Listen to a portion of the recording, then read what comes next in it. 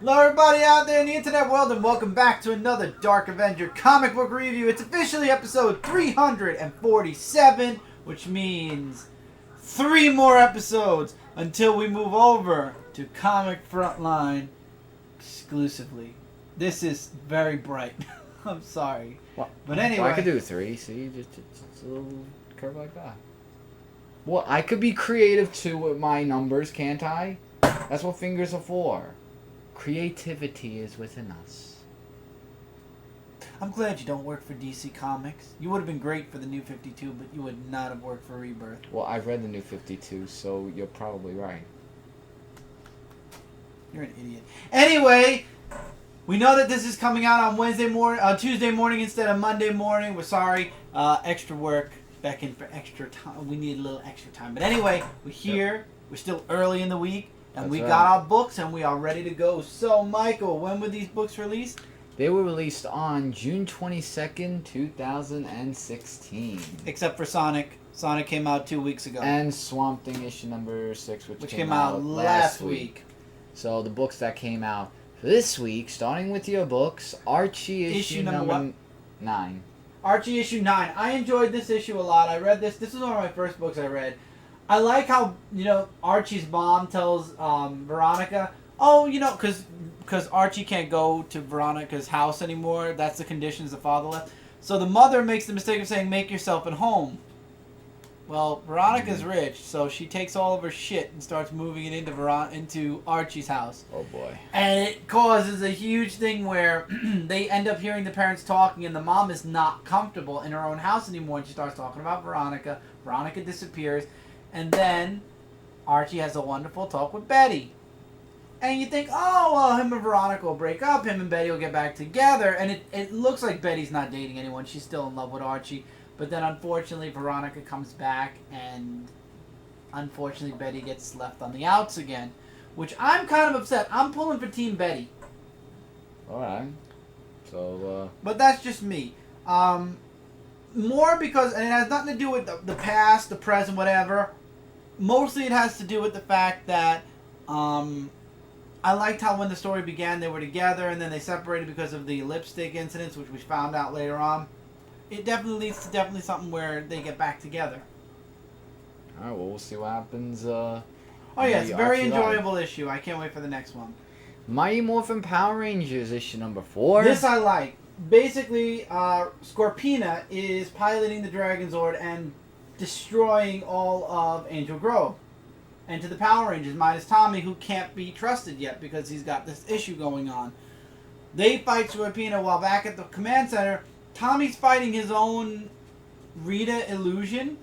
And he finally kind of conquers her and says, Zordon, I can't sit back and watch the Rangers do this. I need to get involved. I can help. And Zordon warns him, this is a direct defiance of, your leader. And that's weird that Zordon would let Jason take precedent over him. If Zordon felt that Tommy was ready, he should have had the right, But anyway, Tommy goes into the field, beats up Scorpina, saves the Dragonzord, end of story. However, back at the command center later, there's a humongous fight between Tommy and Jason, Tommy and Zach. All three, it's just a three-way back and forth, and it ends up feeding that Chaos Crystal. There's a huge explosion in the command center, and out comes this gigantic monster. To be continued. Oh, so you don't know who it is, or could be Ivan Ooze, maybe. No. Oh, it isn't that? Well, just saying, you never know. Godzilla Oblivion. Issue number 4. Issue number 4. I love this issue. We got Godzilla versus Mecha Godzillas. He makes easy work of all the Mecha Godzillas. They find King Ghidorah. They give him that robotic third head. They try to reanimate him and fight Godzilla. That fight's going on, and then I love how the other world where all the other monsters are, they learn how to make a portal, and basically they're pushing all the rest of their monsters now into the world that transported into their world. Basically, the message is, we're so sorry, and they throw all of their monsters into the world that never had any monsters. So, I found that it's so hilarious. It was so funny because you're taking all your monsters and saying, okay, go ahead, go have fun in that world now. Let us, live in peace now. It was funny. That was a really that's a dark way to end the issue. There's still another issue to go. Man, I really liked it, and the action was good. The artwork was gorgeous in this book. If you're not reading Godzilla Oblivion, it's a perfect follow-up to Rulers of Earth and Godzilla in Hell. I really got to get those trade paperbacks of Rulers of Earth and in Hell. Those were really good Godzilla stories. Oh, piece of hair. Thank you. You're welcome. That was bothering me.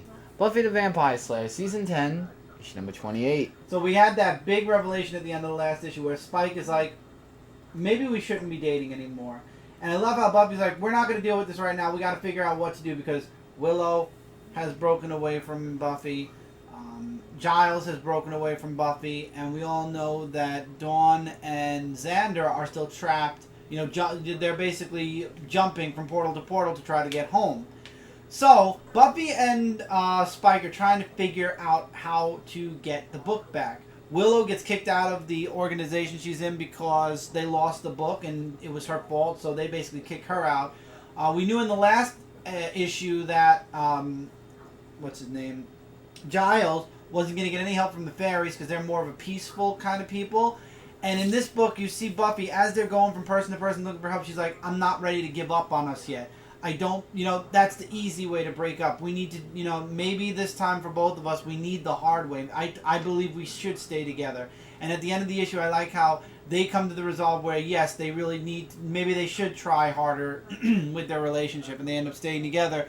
And then guess what? Willow and Giles are there and they decide, you know what? We made this mess. We got to do it. We got to clean it up together. And that's when Xander and Dawn come back as well. And as a team, and also that other guy, oh God, I forgot his name. No, I forgot his name. There was another guy, and he was there. His friend showed him his friends talking about him, Buffy and the others talking about him, and it made it look like they hated him, but they really didn't. I'm sorry, I forgot his name, but he comes back as well to help out because he learned that he was being lied to. It was really good. So basically, as a team now, they're going to go get that book back to be concluded, or the season's finale, basically in the book. Mm-hmm. Back to the Future. Issue number 9. Doc gets his memories back here, which I'm very happy about. Unfortunately, it took Marty and him traveling into the year 2000 and something in order for him to remember who he was. And somebody also tries to stop Jennifer after Marty and the Doc disappear, into the future. Somebody tries to stop Jennifer. And I have a feeling it's Marty, but beside the point, a future Marty. Marty and Doc are now in the future, and he's trying to kickstart Doc's memory. Biff, it turns out, is a police officer now. Griff is a police officer now. And they ended up crash landing into a gymnasium or a roller derby kind of deal, and they got reported by the police, so Doc is also wanted. In the movie? No. Doc is also wanted for public, and it's a crazy thing, and they end up getting chased by the police, and then they get back to the Doc's laboratory, and the Doc got hit in the head on the way towards the laboratory, and he remembers everything. However, now we've got the police at their door. To be continued. This is only an honorable mention. Usagi Yojimbo, or Yojimbo, however you want to pronounce it. Issue 155. Thank you. I love Usagi Yojimbo. Every time it comes out, I really enjoy reading it. It's one of those guilty pleasures of mine where it's not really a guilty pleasure. It's just an enjoyment. All right. And that's it. Alright, so that's all for your books. So now I'll go into my books. Inferno, issue number 4, Inferno Resurrection. Issue number 4 of 5. One more issue left to go until we conclude the story. Wow, there's another Zenoscope book that we had, but we didn't get issue 1 to it. Deadly something. A Deadly Force? Deadly Force. We never got issue 1. So we saw issue 2, but we unfortunately... Yeah, but all these miniseries, always one issue left. I know. Because I did last week. Yeah. Well, there's new stuff coming, so that's good. But I'm just saying it's just funny. But in this book of Inferno, basically Mercy wants to find out more about Raum. It's spelled R-A-U-M. I know that part. So... Raum. Yeah. So basically, one of her friends brings her to this organization that knows about this chamber where she can, where she gets to use it as an experiment, where she can go into the other world, where she meets up with Lucifer. And we get to know about him, that they made this pact, and he's opposing her ways because he's supposed to be taking souls and not killing humans and stuff like that. There was a whole big this and that about that, but in the ending, we see Realm as Satan, like his true form and everything. Things don't look good for Mercy, so she's gonna have a big battle, and that's what I'm waiting for in the next issue. Now, I'm not saying this issue was bad, but I found this issue to be very, very gory. Well, you won't have to worry because it's ending at issue 50.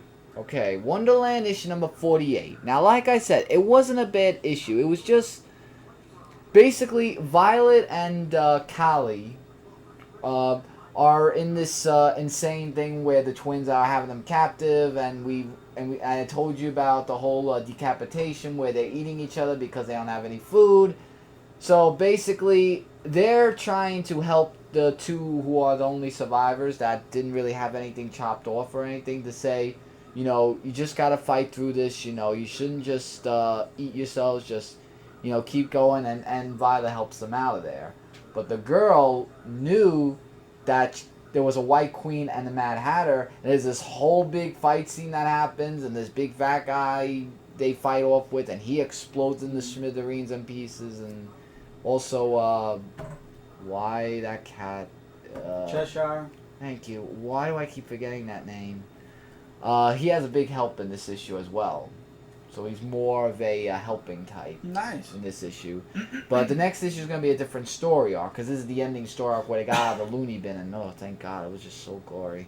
Glad they got out of there. But a good issue if you want to check it out.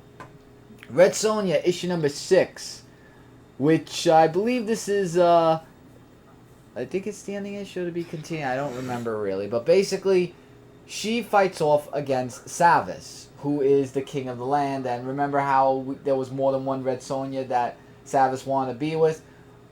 Mayan actually was the whole thing, the actress, who was a little bit of trying to help Savas get into the battle with Red Sonja, because they have this huge fight, and this other person who impersonates Red Sonja, they were in a fight because she wants to be with Savas, saying, oh, you're not loyal to him, you know, he's good and everything, and you should just die and everything. And luckily for Mayan, that actually helped her out.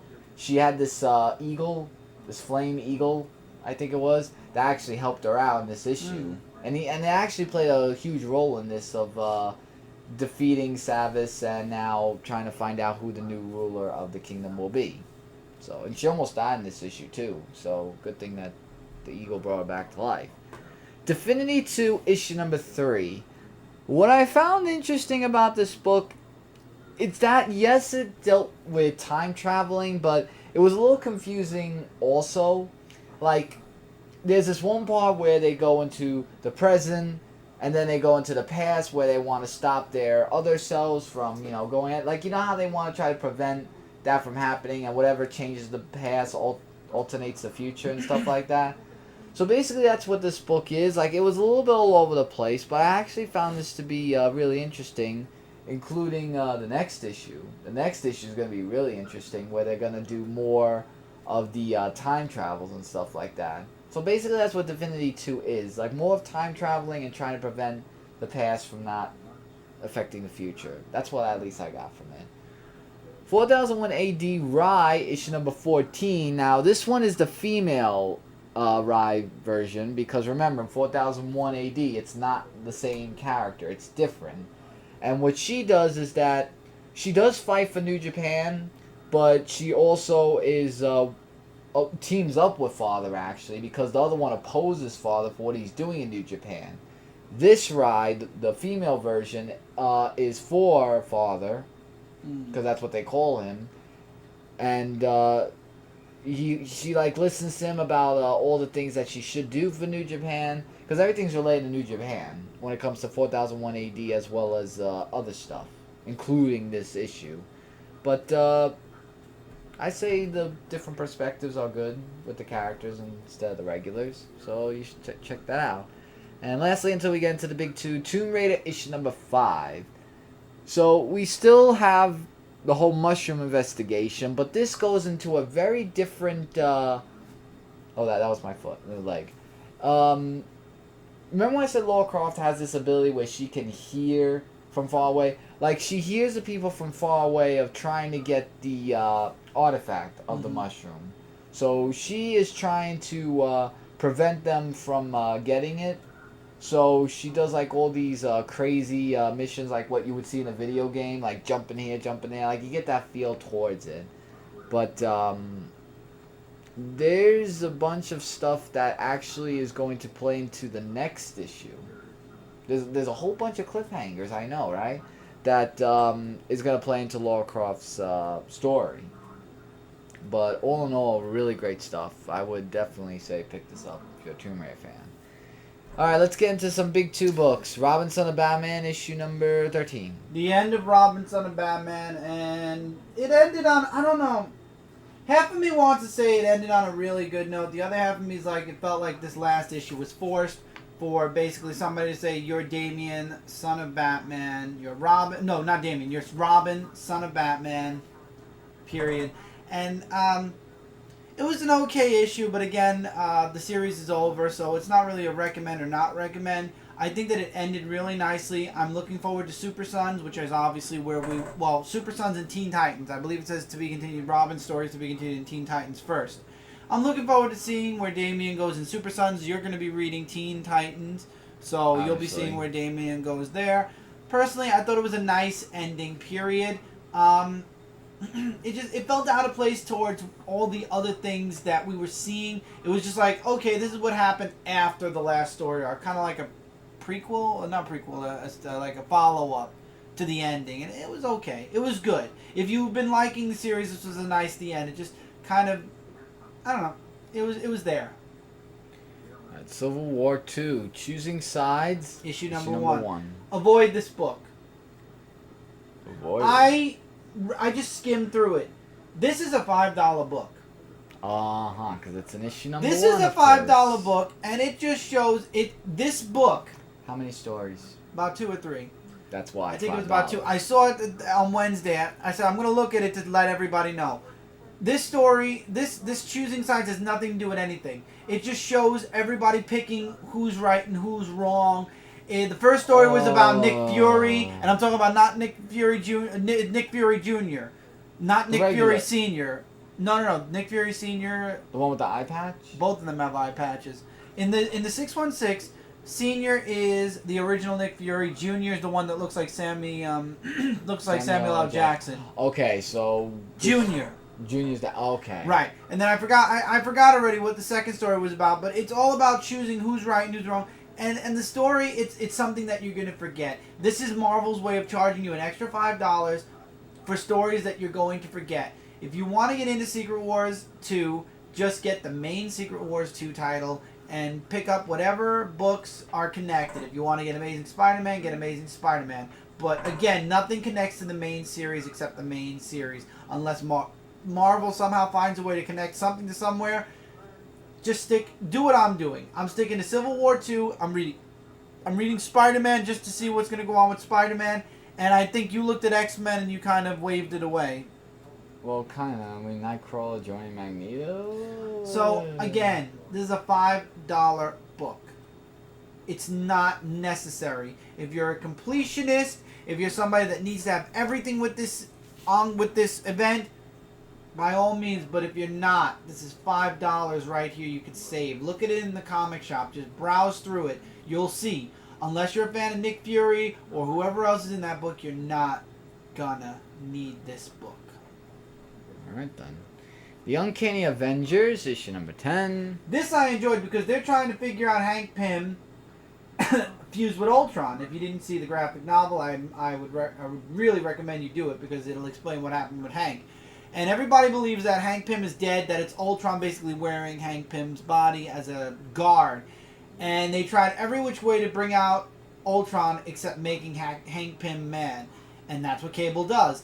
And what happens? Ultron forces his way out. And I love how the daughter's like, if my dad was here, he'd want us to, he would want to be dead. He wouldn't want to be alive right now. He has the no resuscitate button or clause in his will. So we need to kill him. Cap doesn't believe it. Cap believes that Hank is still in there somewhere. And in the end, Deadpool has got a clear shot at shooting Hank. Cap says no. The daughter says yes. All we hear is a shot ring out to be continued. This is a really nice, interesting series that I'm enjoying. Alright. Lastly, yes. Web Warriors issue number 8. Again, this is one of those books where if you were a fan of the Spider-Man, oh god, what was that event now? With all the Spider-Men in it. Spider Island? No, with all the Spider-Men in it. Oh, you're talking about the Spider-Verse. You don't need to read this book, but I'm enjoying it because I like the characters. So they find a way to mend the web, and they find Mayday and Spider-Man UK. However, in mending the web, it caused a reaction where all the Spider-Men that were in one universe got knocked into all different universes. However, we still have all the Electro, so we're still kind of dealing with the same story arc from the very beginning, which again... So I would say it's a fun read for me. I would recommend checking it out for yourselves before making the decision of if you want or don't want it. I'm enjoying it for what it's worth, but again, when all new, or not all new, when Marvel Now again comes out, a lot of these books are going to be disappearing. Alright, so we're getting to my books. This was last week's book, which is Swamp Thing issue number 6. The final book until we get into Hellblazer Rebirth? Right. So, well, I mean, Swamp Thing is going to be in Hellblazer, that's all I know. Well, yeah, but I'm just saying. So, basically in this book, it's Alec Holland versus Matt Cable as the Swamp Thing. What we find out, though, Matt Cable is Anton Arcane, which is the arch-rival of the Swamp Thing. Basically, he faked being... fake being Matt Cable because he said when he was in a coma, he possessed his body to become Matt Cable and then fool the Swamp Thing into getting his power so that way he could take over everything else and yada yada.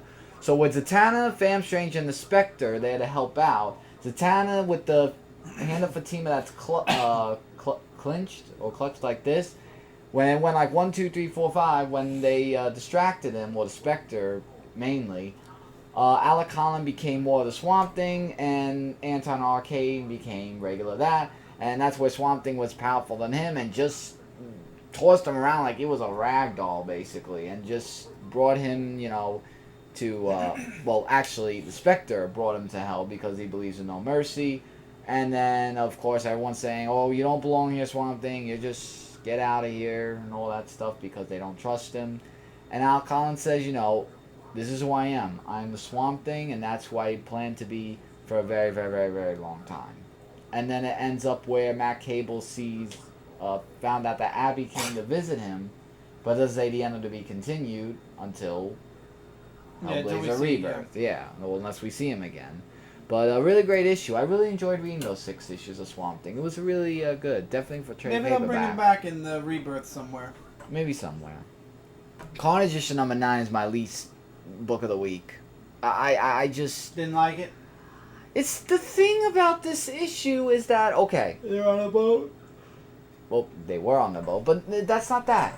They deport to where Carnage. Yeah, they deported to where Carnage was, and they're trying to look for him because there's this antidote. Like remember when I said that the sonic sounds doesn't affect Carnage? There's an antidote that if used on Carnage, he'll be effective with the symbiote, and then it could release from him because he has that book.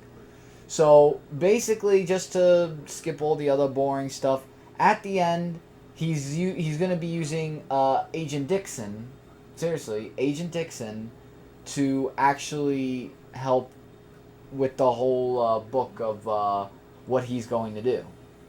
And this is something that's really interesting. But in a way, it was so boring. Mm-hmm. So the next issue, I'm just going to give it a shot. If it doesn't hold me, if they're going to go on a boat again, then I'm just saying no.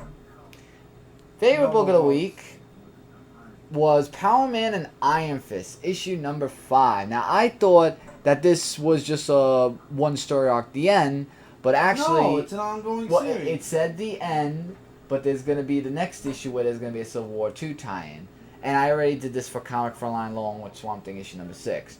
Basically, there's a hot dog stand where Manslaughter was there, And there's a whole big perspective where they call the Yojimbo radio show, where Manslaughter gives his perspective of what he did, and the hot dog guy said that Power Man was flying and everything that when he came to save the day.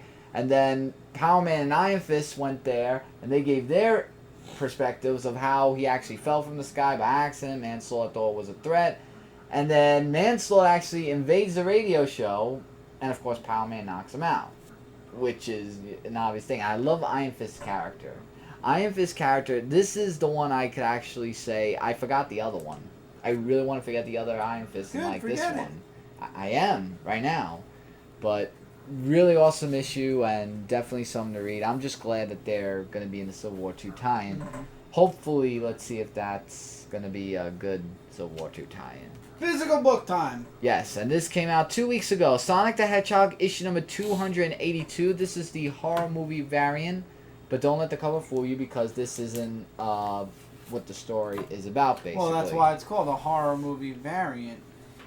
Yeah, and what this story is about is basically where they're fighting off against this flaming pterodactyl as they're trying to get the Gaia key. And the only person that could give him the Gaia key is a person who is being trapped there, which was this guy. And I'll give you some artwork. Yeah, this is a good artwork. Really classically drawn. And the guy gives them the last Gaia key to Sonic Mega Drive issue number 1. Well, yeah, it's in stores July 6th. Final orders is due June 13th, so hopefully I'll be getting that. And then the second story is just Mighty and Knuckles teaming up together to get the Master Shard, the 2 pieces of the Master Shard, away from what is the name? If I look at it, well, it's basically the one that's enforces with Dr. Eggman. And yeah, so they just get out of there and they get it out, the Master Shot out the window, and they get it successfully, even though there's still more to collect and more to get. Great issue, definitely something to check out. This issue hurt my brain. Bebop and Rocksteady destroy everything. Bebop and Rocksteady get into an argument. They separate. Bebop goes one way. Rocksteady goes the other. They both go. One goes with its. Both of them go with their human counterparts. Bebop and his previous self go into the future, and Rocksteady and his future self go into like a war zone. I love how Bebop ends up on Dimension X right before the Technodrome gets pulled out, and there's this like huge shootout. We go into another universe where Slash, like a prehistoric version of Slash is. Basically, in the end, long story short, because there's a lot of confusing stuff that goes on. There's no turtles in this issue, by the way. Bebop and Rocksteady decide they need to find each other. The original Bebop and Rocksteady need to find each other. And they keep jumping from one place to another, to another, to another. Basically, they cause a gigantic paradox. And I love how the turtles show up in the very last page, and she's basically saying, and I love how Manette's basically saying, this is like total time travel, worst case scenario. So basically, they are destroying everything. My goodness. And the next issue is the grand finale, which I'm glad because my brain cannot. Ooh, I didn't know this. What's this? What's what? Prelude to a Fall, Scenario 1. Oh, they're showing you an example of the turtle board from the board game. Oh, well, that looks like fun. So we gotta get it. It's here. Yeah. Alright. Coming in July, so we'll have to look it up next month for mail time. Alright. So that was this book. Again, it's an interesting miniseries. Thank God it's over in the next issue, though. My brain is starting to really hurt. Street Fighter Unlimited issue number 7. So the tournament's beginning, and Lord Gill is trying to be, the good type. And the other Street Fighters, don't believe in him because of what happened in the previous times they did meet with each other. So as Lord Gill's trying to say all good, 2 people go in to attack him. Rolento and some other person. And, Lord Gill is acting like, a god. And we also have Alex, who is reuniting with Tom, who he was looking for a pretty long time. And I do remember that story because I read that in the trade paperback. So they get into, talking with each other. And then everybody just dances rather than, do some training just so that way they can get ready for the tournament. And as everybody is going in there, the World Warrior Tournament is beginning. And then there's a second story where Nadeshiko and I think Mika are training with each other. And this coach that trains with them was really, strict. But she actually got it from those two, and that was just the end. I thought that was actually a funny story, the second one. But I really can't wait to see how this World War tournament... It's like the tournament of G.I. Joe and that happening. Isn't that weird how it's coinciding a little bit? Oh, yeah. Only different perspectives. But, yeah. Can't wait to see how many issues are left? No more issues left. Oh. It's considered an ongoing. Oh, it is an ongoing. Oh, okay. So we'll see what happens next. We'll see what happens after issue 12. Usually they end at issue 12. Right, so we'll see then. All DC from here on out, and we're starting with, before Rebirth, we're starting with Justice League issue number 52, the grand finale for Justice League. Remember last week where I said I didn't know if issue 51 was the end? I was wrong. Issue 52, this is what happens when you order by the month instead of by the week. This issue is all about the man on the cover, Lex Luthor, basically wanting to become the new Superman. The Daily Planet opens up a huge memorial for Superman where they have his cape in a display case, and it's basically in memoriam of him. Lex gets confronted by the Justice League. I love how he basically says in his own head, I could have stayed on Apocalypse. I could have ruled over all of them. I have a mother box. I can do this. He even goes off and he stops a robbery from happening. And he kind of does it in a not so Superman-esque way. But beside the point, in the end, I don't understand how this happens, but he ends up buying the Daily Planet. And basically, in buying the Daily Planet, he now owns Superman's cape. And he takes it from Perry and puts it on and basically proclaims himself Metropolis's new Superman, because the Superman that passed away would have wanted it that way. His brother would have wanted it that way. Man, what a disillusioned piece of work Lex Luthor is, I swear. Well, isn't that what he always was? Which I'm really glad, because we're going to get into Action Comics soon. But until then, we're going into Flash first. Alright, now all the Rebirth books, I enjoyed all of them this week, honestly. Hard to say which one I didn't like the most. So, Flash, honestly, issue 1, we get another recap of how the Flash became the Flash in the very first 2 pages of the issue, which I'm like, well, 3 pages of the issue, which I'm kind of like, okay, for the umpteenth time, thank you for telling us how the Flash, became the Flash. But, he goes on a case. He's dealing with, multitasking and having like a million things on his plate at once, and how he's talking to Iris, and he says how it bothers him, even though he has 10 cases, and he solves 9, that 10th one bothers him because he feels it's a fail, because he has to, basically, he wants to be able to do all of them and successfully do all of them. And then there's a house on fire, and then another place is being held up. He saves the people with the house on fire, and then his friend August, who's part of the police department, is involved in this robbery. And he's just too slow, but for some reason, something shows up and ends up saving his friend. But his friend also gets struck with lightning, just like Barry. And I have a feeling this is the beginning of... what do you call it? Godspeed, or whatever they're calling God Flash. Basically the character in the background on the cover. So it's going to be interesting. And this detective is a really close friend to Barry. We get to see a little bit of their relationship at the very beginning of the issue, where Barry's at a crime scene, and the detective basically shoos away Barry's head scene in order for him and Barry to figure out the crime scene. They're like best friends, and he's also friends with the Flash as well. We get a really nice scene, like I said, with him and Iris, and Wally's in it, and Wally's kind of teasing the fact that he finished like a paper he had very quickly, hints towards Kid Flash. So it It was an interesting book. I enjoyed the first issue. I'm looking forward to the next. Aquaman issue number 1. The Atlantean emissary opens in this issue for the first time. It's the first day.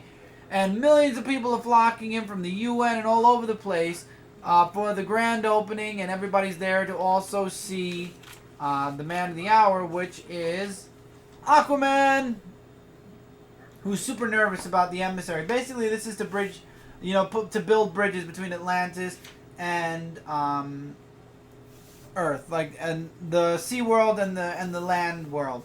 So we get introduced to these two characters. One is a reporter from the Daily Planet. I do this for a reason. And the other one is a oh god, I forgot what her name is. Lieutenant Stubbs. She is part of the what was it? The British Royal Navy, the British Royal Navy, and she's kind of overwhelmed by all this. She's nervous, she's scared. She makes friends with one of the commanders, and then we find out that that reporter wasn't a reporter. It's who we all saw from the one-shot, Black Manta, basically looking to destroy everything that Aquaman has created. He attacks. There's a nice fight that happens between him and Aquaman. Unfortunately, the end of the issue, like with Green Arrow, ends kind of the way it always does in the very first part with the Aquaman. death of... No, not the death. Just where Black Manta looks like he has the upper hand, stabbing into Aquaman, to be continued. I think they're going for a lot of okay, this is what's happened before for a reason, because it's Rebirth and they're trying to relive, they're trying to bring back some of the history, and this is some stuff that's happened before. I really can't wait to see the big fight between Aquaman and Black Manta. I hope Aquaman kicks Black Manta's ass. Dan Abnett is doing a really good job with Aquaman, though. I really enjoy it. You feel the emotion with Aquaman. You feel the emotion with other characters in here. And it's not a superhero that talks to fish. I mean, you can't ask for anything more. Wonder Woman issue number 1. Now, remember, the next part to this is in issue number 3. Because Wonder Woman's split between two stories. Oh, yeah. The odd issues, which are these, are basically present day. And the even issues are Wonder Woman year 1. Wonder Woman can't find Themyscira, so she's somewhere. We don't know where at first. I believe it's stated pretty early, but she's looking for somebody's help. And she said, I'm going to give you 3 warnings. The artwork in this book, though, is gorgeous. And I mean, it's gorgeous. I'll show another splash page when I come to it. But she's asking for help, and she's like, I'm not your enemy. I'm coming here as a friend. And then we also find out that Steve Trevor is in the same place, dealing with an army mission, and him and Diana haven't talked for a very long time. They're in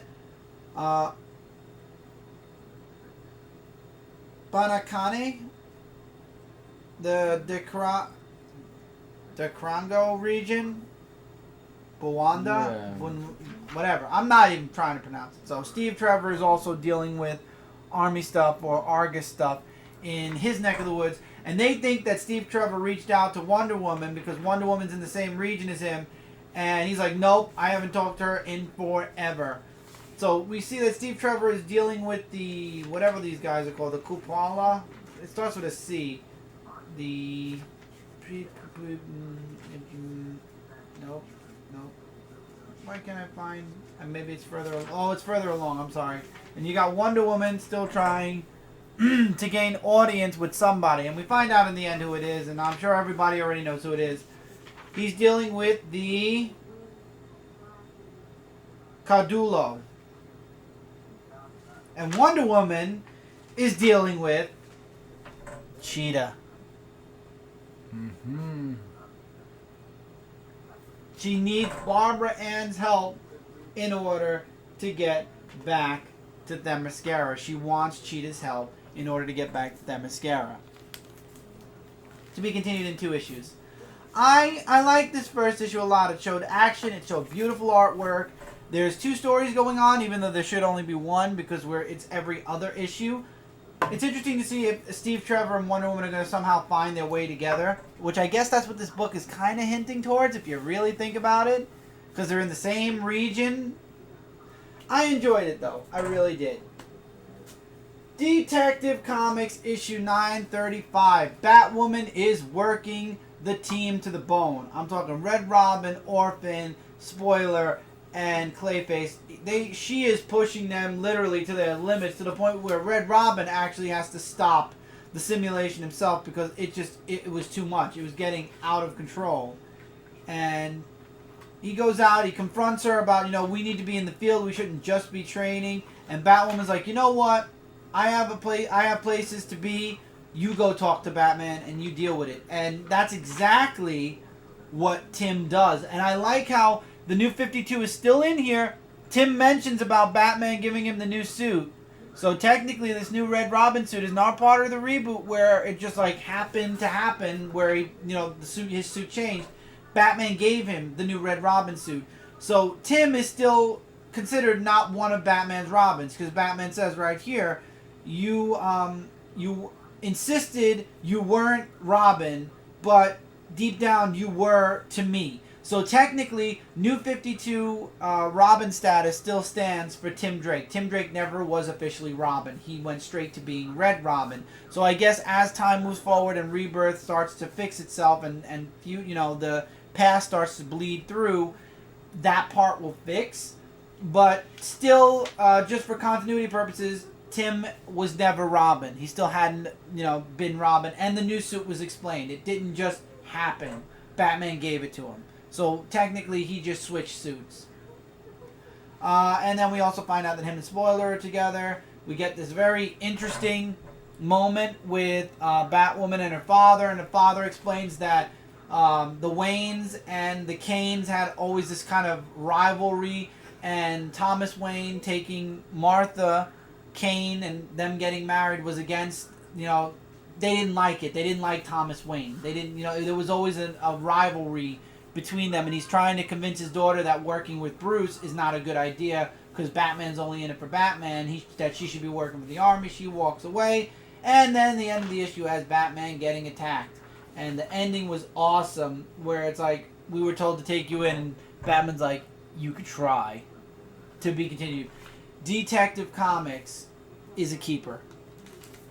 I am really satisfied with Detective Comics. Like, everything still has room to prove itself to me. Like Wonder Woman, I gotta see where the other arc is going and where this arc's going. Aquaman started off really strong. Flash started off really strong.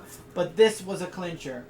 This clinched, as well as Action Comics 958. But this shouldn't be a surprise to many of you. Most of the Superman books were clinched since issue 1 because you guys know I don't drop Superman. But Detective Comics I wasn't getting in the new 52. Now the Detective Comics, Batman Detective Comics is clinched as part of my pull list permanent. The other books still have a lot of room, but a lot of them are very strong. So far I've not read something I want to drop. If that makes sense. Yeah, makes perfect sense. Action Comics. Lex and Superman versus Doomsday, and who the hell is Clark Kent? And we're not going to find out in this story arc, everybody. That's something that's going to start in September. But Superman's fighting Doomsday. Lex is fighting Doomsday. They're being watched by Mr. Oz. Clark notices that... Superman, I can't say Clark because there is a Clark Kent now. But Superman notices that Doomsday's a bit stronger and that this is not a clone. This is not this universe's Doomsday. Somehow, some way, this is his universe's Doomsday. And he's a lot sprier than his universe's Doomsday. And he's worried about how he's going to deal with Doomsday. And civilians get hurt. John wants to go to Metropolis, and his mother notices that he can fly. Lex kind of insists on fighting Doomsday while Superman saves the people. And he thinks that this is like a big charade and that Clark Kent somehow is Superman and this is like one big charade. But Clark is claiming that that's not him. It never really was him to Jimmy. And Jimmy's kind of dumbfounded, but he's just going with it at this point now. Superman ends up saving people. Lex ends up in a very precarious situation with Doomsday, and Oz is just watching on going, what will you do next? Only then can I make my next move.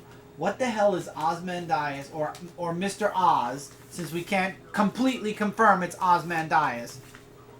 What does Mr. Oz want with Superman? Truly. I'm very curious what choice Clark or Superman has to make. in order for him to make his next move. And what is his next move? I love it. Rebirth's going to be going on for a while. So everybody, I hope you guys got your seatbelts and you're strapped in, because this is something that's going to go on for at least 2 or 3 years, as it was stated. But in 2 or 3 years, you got to understand, story arcs are anywhere from about 6 to 7 issues. Granted, a lot of this stuff's getting doubled up, but 2 to 3 years, that's only approximately 7 to 8 story arcs. So it's going to take approximately 7 to 8 story arcs to get to where maybe the present will, or the past will start bleeding in. I don't know. I don't know. And you know what? It's better I don't know. Because we knew what happened in the New 52. We knew what it was. And we hated it. Maybe as things happen slowly, and as things develop slowly, and we don't know, you know, the not knowing makes when it happens, it's going to make it either a lot, you know, it's going to be a huge surprise and we're all going to be very excited and very happy, or it'll implode on itself and we're going to be like, well, this is not what we were expecting. Or it might be a complete surprise and we'll all be, you know, either very happy or very sad, depending on what that surprise is. I don't know and I don't care. What matters is all of these books, all of them, except for Justice League, that was the end. Even though it leads into Rebirth, it doesn't matter.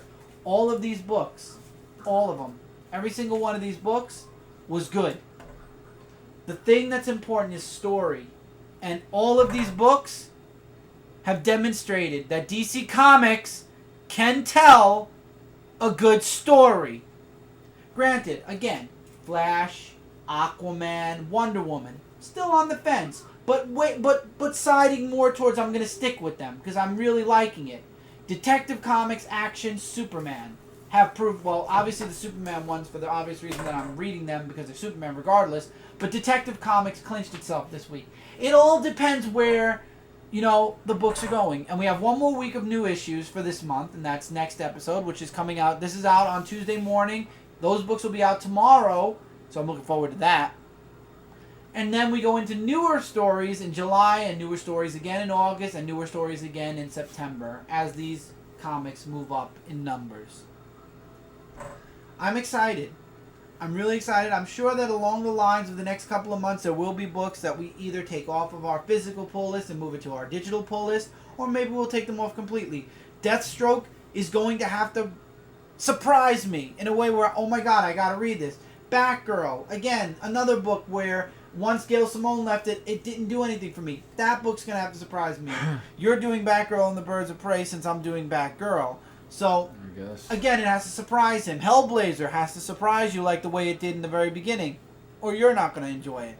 Same thing. We all, you know, we need to have something.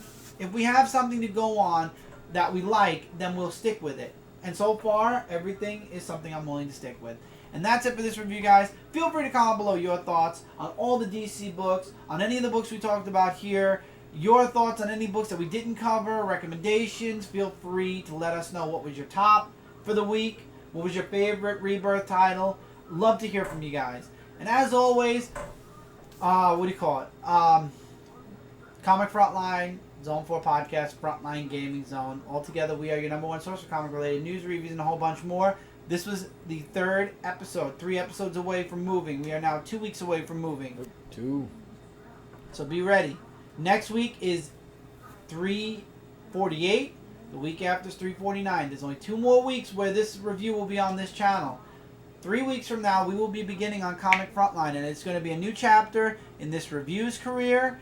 And it's going to be a continuing chapter, obviously, because we're going to continue the numbering, but it's going to be something new, and hopefully you guys are all subscribed to Comic Frontline already, and you'll just move over as we move over to Frontline. Yep. And we're really excited, you know, we're hoping that just like all the other series, you know, it'll get a very warm welcome, people will enjoy it more, and the series will just continue to build, because the goal for this comic review series is to reach 1,000. We are already almost at 350. I know it's a far distant way off to reach 1,000, but that's my goal. I don't know if I'll ever meet it. We'll have to wait at least 10 more years, if not more, before we find that out. It's 52 weeks in a year. That's 52 episodes a year. Yep. We'll have to wait and see. Till then, take care, everybody. Keep reading, keep collecting, and we'll see you guys really soon. Frontline Live tonight at 10 o'clock-ish Eastern Standard Time. Dark Avenger Live, Friday, 9:05 p.m. Eastern Standard Time. Dark Avenger Live won't be moving until episode 101, which will be in November. So, till then, we'll be here. So, catch you guys there. Catch you guys later. Later, everybody.